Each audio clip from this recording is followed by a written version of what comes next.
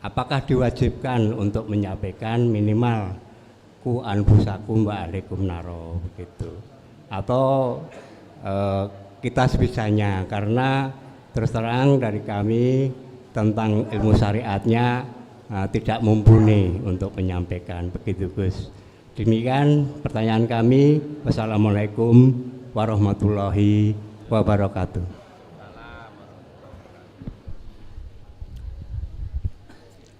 Apa bekal kita untuk menghadapi hari-hari yang kekal?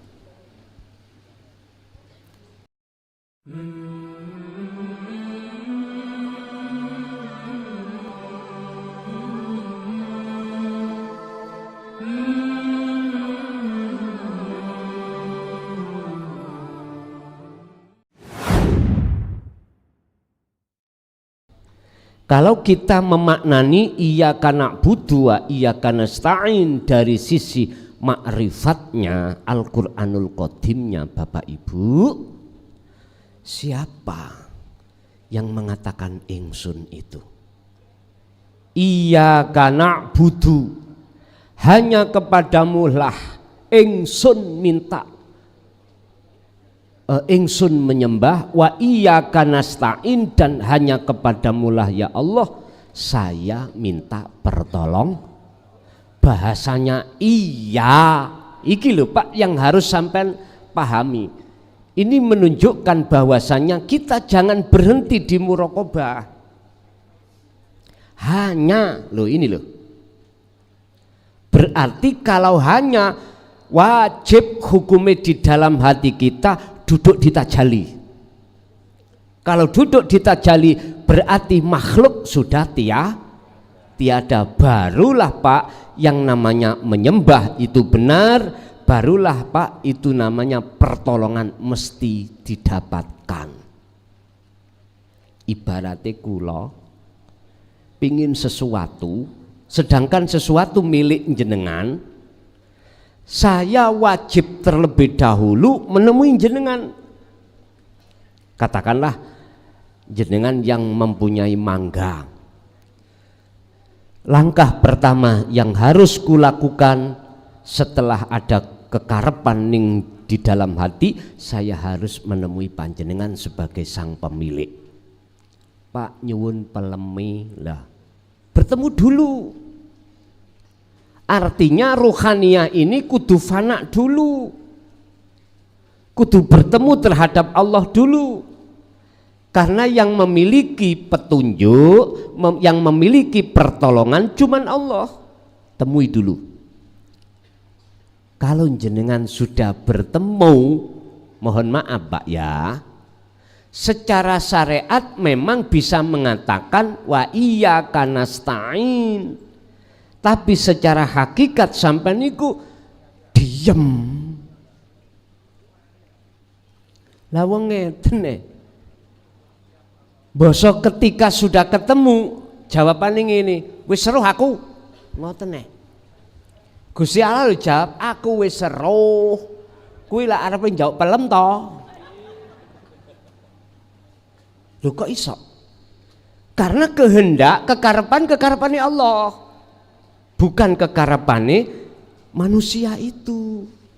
Itulah yang kumaksud diem, mboten bicara. Andai kata syariatnya bicara, belum tentu maksudnya rohaniyahnya itu bicara. Justru Pak Bapak Ibu, diemnya dalam hatinya itu menunjukkan pertolongan Allah terhadap dirinya. Ngoten lho. Jadi ketika jenengan mengucapkan iyyaka na'budu butuh ya, iki maksudnya hati sampean harus ini wajah tuat ya, bertemu Allah. Ketika wa iyyaka nasta'in sama jenengan ya ini wajah tuat ya, isinya jenengan iki hati duduk di tajalli mekaten. Mungkin Ibu ada? Sampun. Bapak masih ada? Assalamualaikum warahmatullahi wabarakatuh.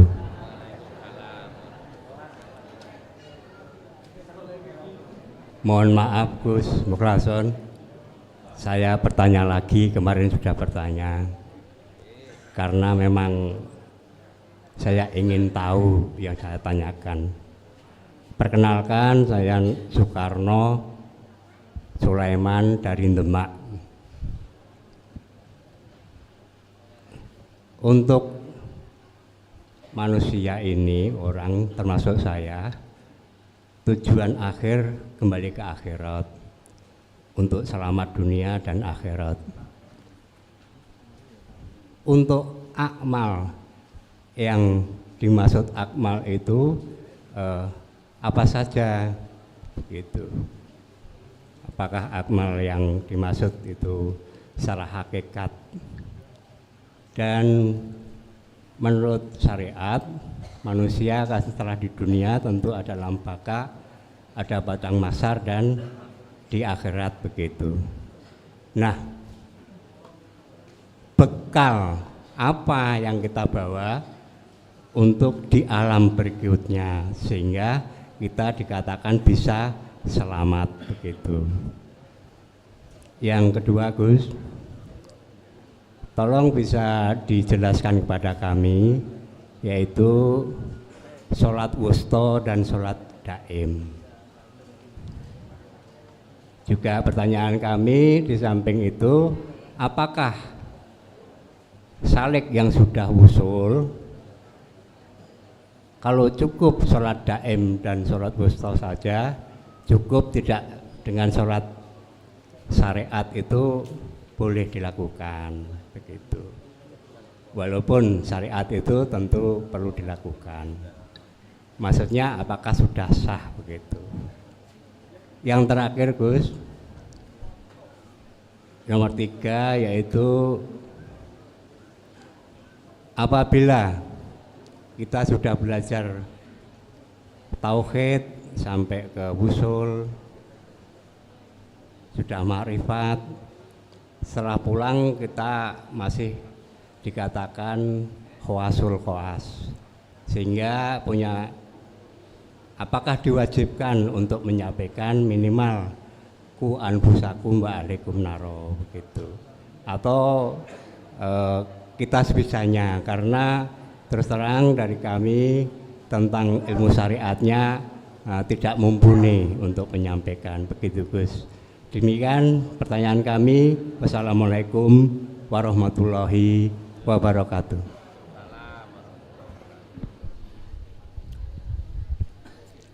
Apa bekal kita untuk menghadapi hari-hari yang kekal?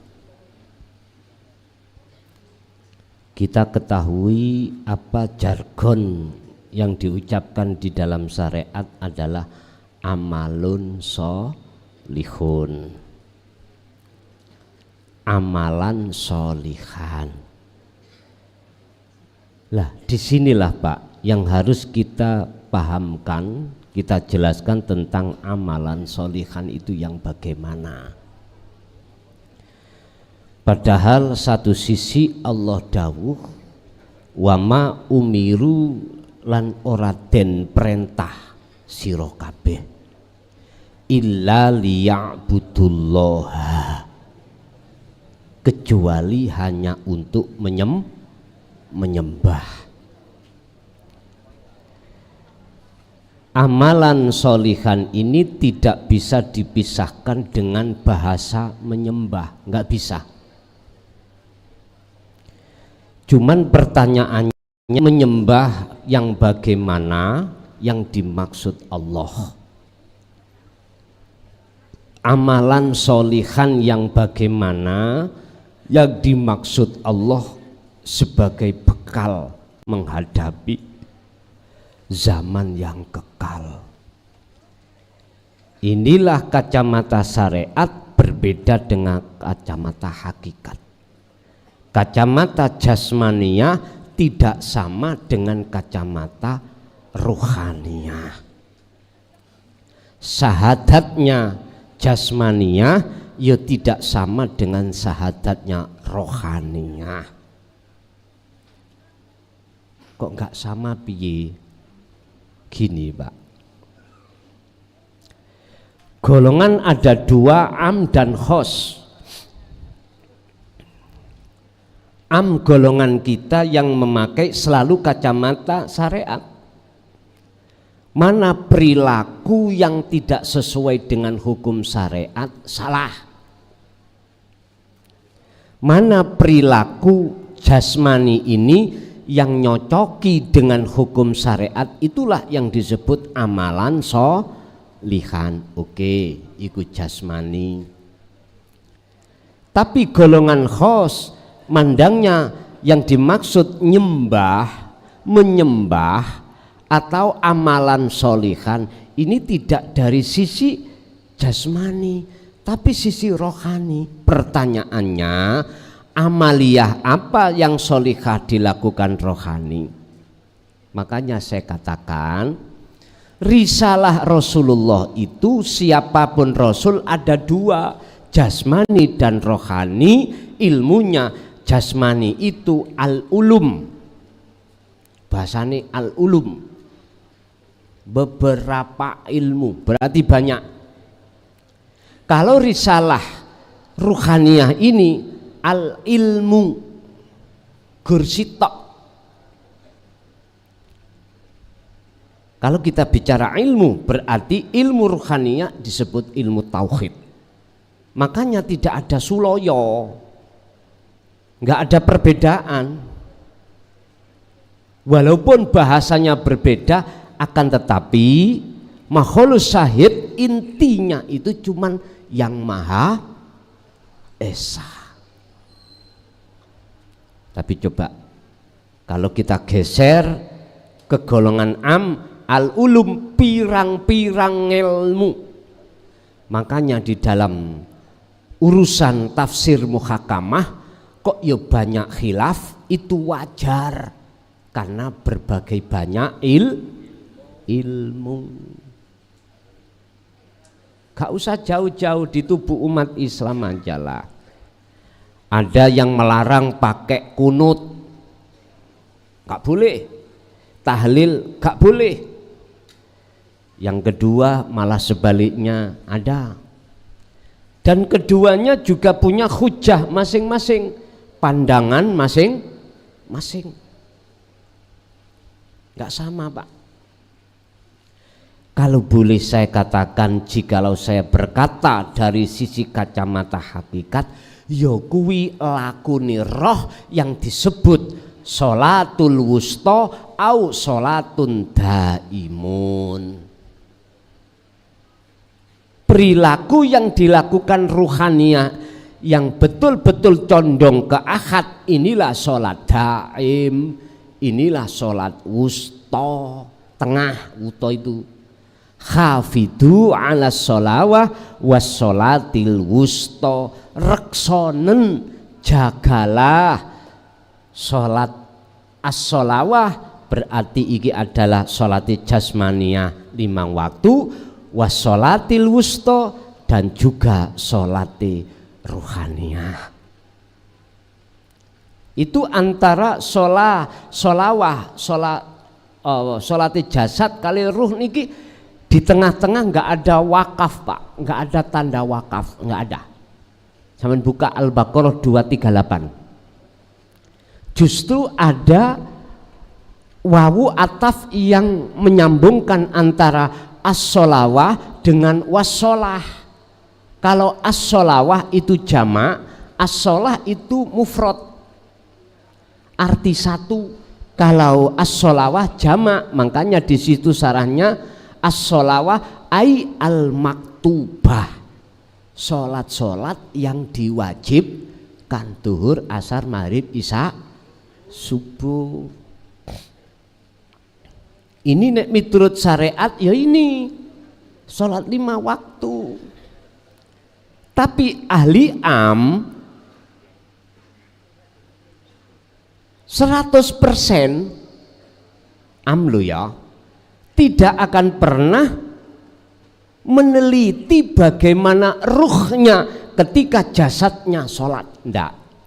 wis pokoke gugur kewajiban. Ngoten. Tidak mau memikirkan keadaan ruhaniyahnya ini, apakah masihkah ada kepentingan nafsu atau tidak. No problem. Sudah tidak mau untuk meneliti itu. Yang diteliti, yang disibukkan adalah bagaimana surutuha wa arkanuha, bagaimana syarat sahnya sholat, rukun sahnya sholat. Biasanya gitu. Dan ini sudah membudaya, Pak. Padahal sadar atau tidak sadar kita disebut manusia, tidak hanya jasmani, juga rohani. Padahal yang kembali rohani. Bon, itu satu. Nomor dua, terkait sholat wusta atau sholat daim, sama Pak, itulah perilakunya rohaniyah. Apakah boleh yang nomor tiga kami nanti menyampaikan terhadap anak istri ilmu apa yang sudah Allah berikan terhadap kami? Bahasa saya wajib, dasariku amfusakum wa ahlikum naro. Jadi oleh-oleh ini nanti jenengan sampaikan terhadap anak istri. Lebih-lebih jenengan ini hati walaupun hanya sedetik sudah ngincipi musyahadah. Monggo jenengan sampaikan. Nggih, monggo. Lanjut.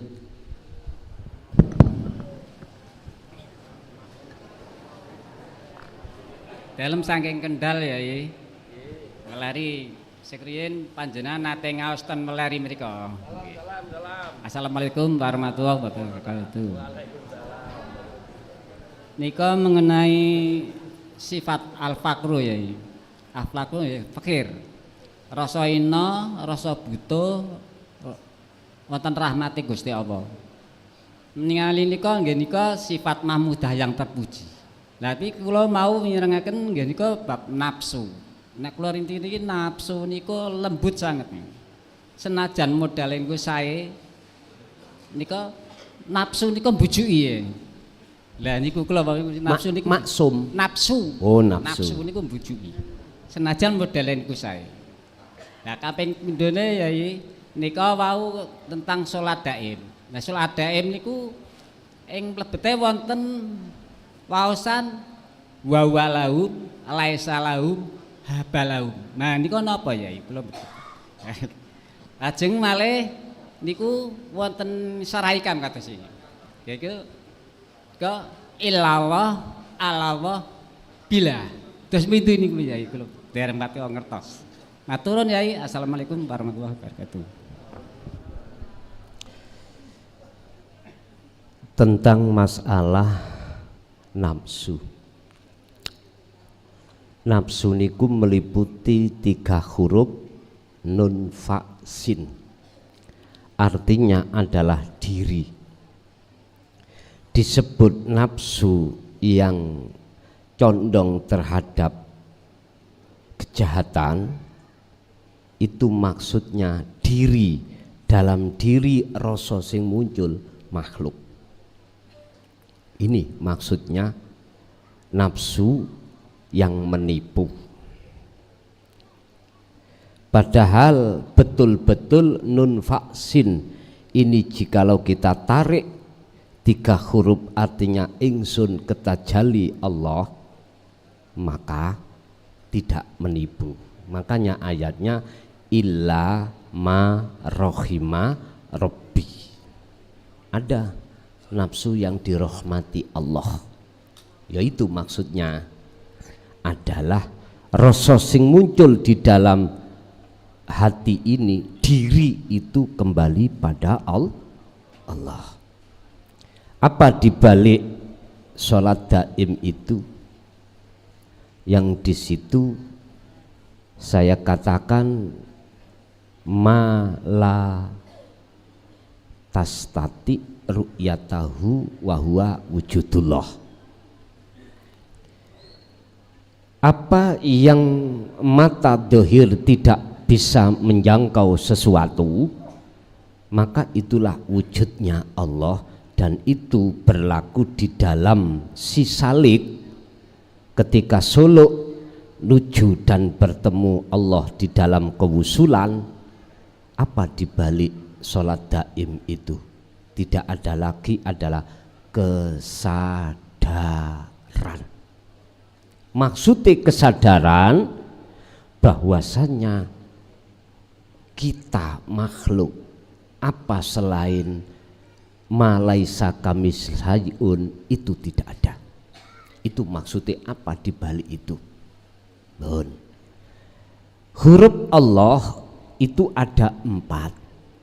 Alif, lam, ha. Jikalau alif sampean hilangkan, berarti bacaannya lillah. Jikalau lam pertama sampean hilangkan, akan menjadi lahu.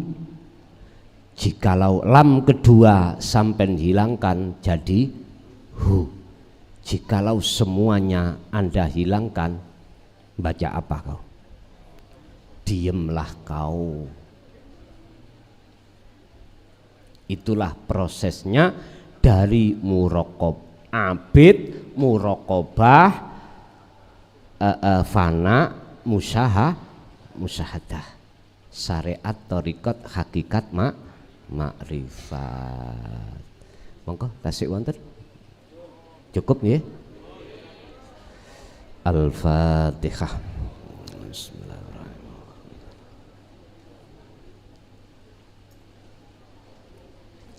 Akhirul kalam. Assalamualaikum warahmatullahi wabarakatuh.